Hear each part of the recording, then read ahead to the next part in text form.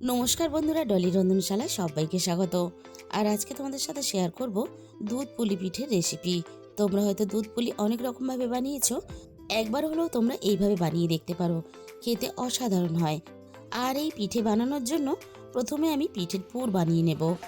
আর পুর বানানোর জন্য আমি স্বাদ মতো মিষ্টির জন্য প্রথমে আমি খেজুরের গুড় দিয়ে দিলাম। এবার আমি গুড়ের মধ্যে দিয়ে দেবো অল্প একটু এলাচের গুঁড়ো। অল্প একটু এলাচের গুঁড়ো দিলে নারকেলের পুরের মধ্যে সুন্দর একটা ফ্লেভার চলে আসবে, আর তার জন্য খেতেও খুব ভালো লাগবে।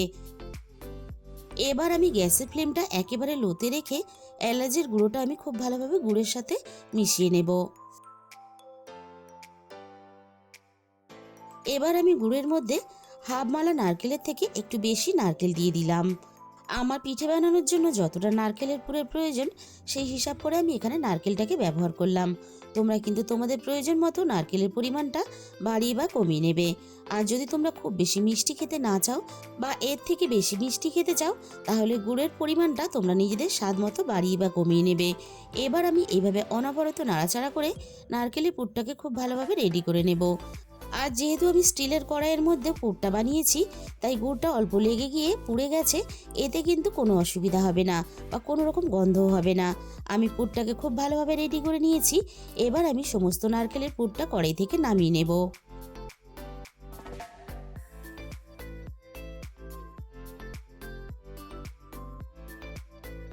আমি কড়াইটাকে ধুয়ে পরিষ্কার করে আবারও গ্যাসের মধ্যে বসিয়ে দিয়েছি। এখানে আমি 400 গ্রামের মতো সিদ্ধ চালের গুঁড়ো নিয়েছি। এবার আমি চাল গুঁড়োটা কড়াইয়ের মধ্যে দিয়ে দিলাম। এবার আমি গ্যাসের ফ্লেমটা একেবারে লোতে রেখে চাল গুঁড়োটা মিনিট দুয়েকের মতো একটু নাড়াচাড়া করে এইভাবে গরম করে নেব। যেহেতু কেনা চালের গুঁড়ো, তাই অনেক সময় কিন্তু চাল গুঁড়োর মধ্যে আঠালো ভাবটা অনেকটা কম হয়। এইভাবে একটু গরম করে নিলে তাহলে সেটা কিন্তু আর হবে না। এবারে আমি চাল গুঁড়োর মধ্যে জল দিয়ে দেব। আমি এখানে 400 গ্রাম চাল গুঁড়োর জন্য 1 গ্লাস জল দিয়ে দিলাম। আর আমি যে জলটা ব্যবহার করলাম সেটা কিন্তু ঘরে থাকা নর্মাল জলই ব্যবহার করলাম। আমি কিন্তু এখানে লবণ ব্যবহার করলাম না। আমার পরিবারের লোকজন যেহেতু মিষ্টি জিনিসে লবণ পছন্দ করে না, তাই কিন্তু আমি লবণটা ব্যবহার করলাম না। তোমরা চাইলে কিন্তু এখানে লবণ ব্যবহার করতে পারো। আমি গ্যাসের ফ্লেমটা একেবারে লোতে রেখে চাল গুঁড়োটা নাড়াচাড়া করে খুব ভালোভাবে পিঠে বানানোর জন্য আমি ডোটাকে রেডি করে নিলাম।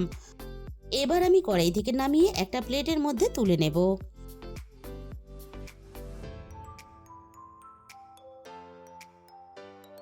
হালকা হাত ছাওয়া মতো ঠান্ডা হয়ে গেছে। এই উষ্ণ গরম অবস্থাতে এবার আমি চালগুলোটা এভাবে হাত দিয়ে চটকে খুব ভালোভাবে মেখে নিয়ে পিঠে বানানোর জন্য আমি ডোটাকে রেডি করে নেব। রুটি বানানোর জন্য যেমন আমরা আটা একটু সময় নিয়ে খুব ভালোভাবে মেখে নিই, ঠিক সেইভাবে আমি ডোটাকে একটু সময় নিয়ে মেখে নেব। তাহলে পিঠে বানানোর সময় কোনো অসুবিধা হবে না, আর পিঠে কিন্তু একটাও ফেটে যাবে না। 6-7 মিনিটের মতো আমি খুব ভালোভাবে মেখে চালগুলো ডোটাকে রেডি করে নিলাম। এবার আমি এখানে অল্প একটু চাল গুঁড়ো নিয়ে নিলাম। এবার আমি এখান থেকে অল্প অল্প করে নিয়ে পিঠেগুলিগুলোকে রেডি করে নেব।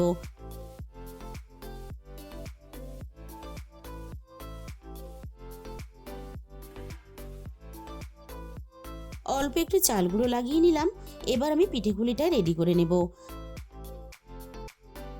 আর পিঠেগুলিগুলো দেখো, আমি খুব সুন্দর করে কিন্তু পাতলা করে বানিয়েছি। পিঠেগুলি যত পাতলা করে বানাবে, পিঠেটা কিন্তু খেতে বেশি ভালো লাগবে। এবার আমি প্রয়োজন মতো নারকেলের পুর দিয়ে দিলাম। খুব বেশি কিন্তু আমি পুর দেব না, তাহলে পিঠের মুখটা বন্ধ করার সময় যেমন অসুবিধা হতে পারে, তেমনই পিঠেগুলো সিদ্ধ করার সময় কিন্তু মুখটা খুলে যেতে পারে। তাই খুব বেশি আমি এখানে পুর দিলাম না। পিঠের মুখটাকে আমি খুব ভালোভাবে মুড়ে দিয়ে এবার আমি পিঠেটাকে রেডি করে নেব। একটা পিঠে আমার বানানো এখানে রেডি হয়ে গেল। আমি বাকিগুলো ঠিক একইভাবে বানিয়ে নেব। আর যেহেতু আমি দুধ পুলি বানাবো, তাই কিন্তু খুব বেশি বড় করে পিঠেগুলো বানাবো না। বেশ একটু ছোট ছোট করে পিঠেগুলো বানিয়ে নেব। দুধ পুলি একটু ছোট ছোট করে বানিয়ে নিলে তাহলে দেখতেও ভালো লাগে আর খেতেও ভালো লাগে। আর সবগুলো পিঠেগুলি দেখো, আমি ঠিক একইভাবে পাতলা করে বানিয়ে নিয়েছি। আর ঠিক একইভাবে আমি পিঠের মুখগুলোকে মুড়ে আমি বাকি পিঠেগুলোকে ঠিক একইভাবে বানিয়ে নেব।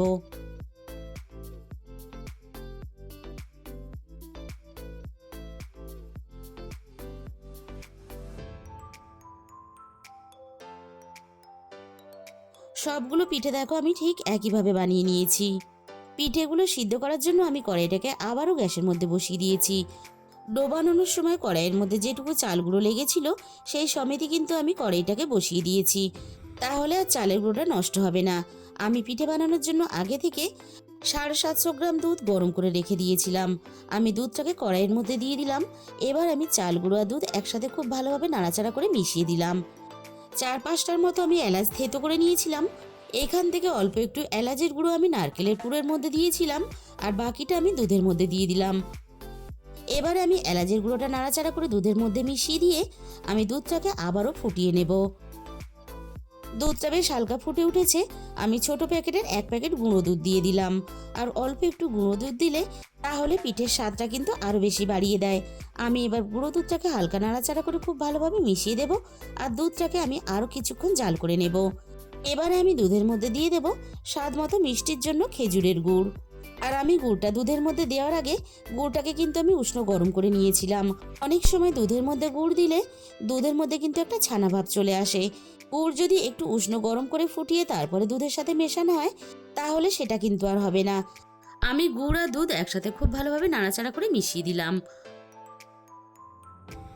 এবার আমি একে একে পিঠেগুলোকে দুধের মধ্যে দিয়ে দেব।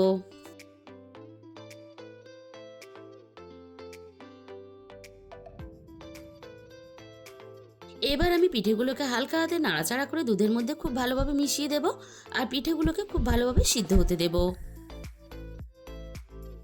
আমি পিঠেগুলোকে হালকা হাতে আবারও একটু মাঝখানে নাড়াচাড়া করে দিলাম, যাতে পিঠেগুলো তলা থেকে লেগে না যায়। মিনিট 10-15 মতো আমি পিঠেগুলো খুব ভালোভাবে রান্না করে নিয়েছি, আর পিঠেগুলো খুব সুন্দরভাবে সিদ্ধ হয়ে গেছে। বন্ধুরা, তোমরা একদিন হলো এইভাবে দুধ পুলি বানিয়ে দেখতে পারো। আর দুধ পুলির রেসিপিটা শেষ পর্যন্ত দেখার পরে তোমাদের যদি ভালো লেগে থাকে তাহলে ভিডিওতে একটা লাইক, শেয়ার আর কমেন্ট করে দিও।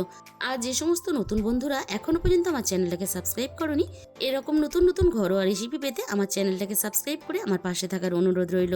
আর তার সাথে সাথে পাশে থাকা বেল আইকনটা ক্লিক করে অল করে দিও, তাহলে আমি যখনই কোনো নতুন রেসিপি আপলোড করব সবার আগে তোমার কাছে পৌঁছে যাবে। আর তোমাদের মূল্যবান সময় দিয়ে আমার এই রেসিপিটা শেষ পর্যন্ত দেখার জন্য তোমাদের সবাইকে অসংখ্য ধন্যবাদ। আজকে তাহলে এই পর্যন্ত।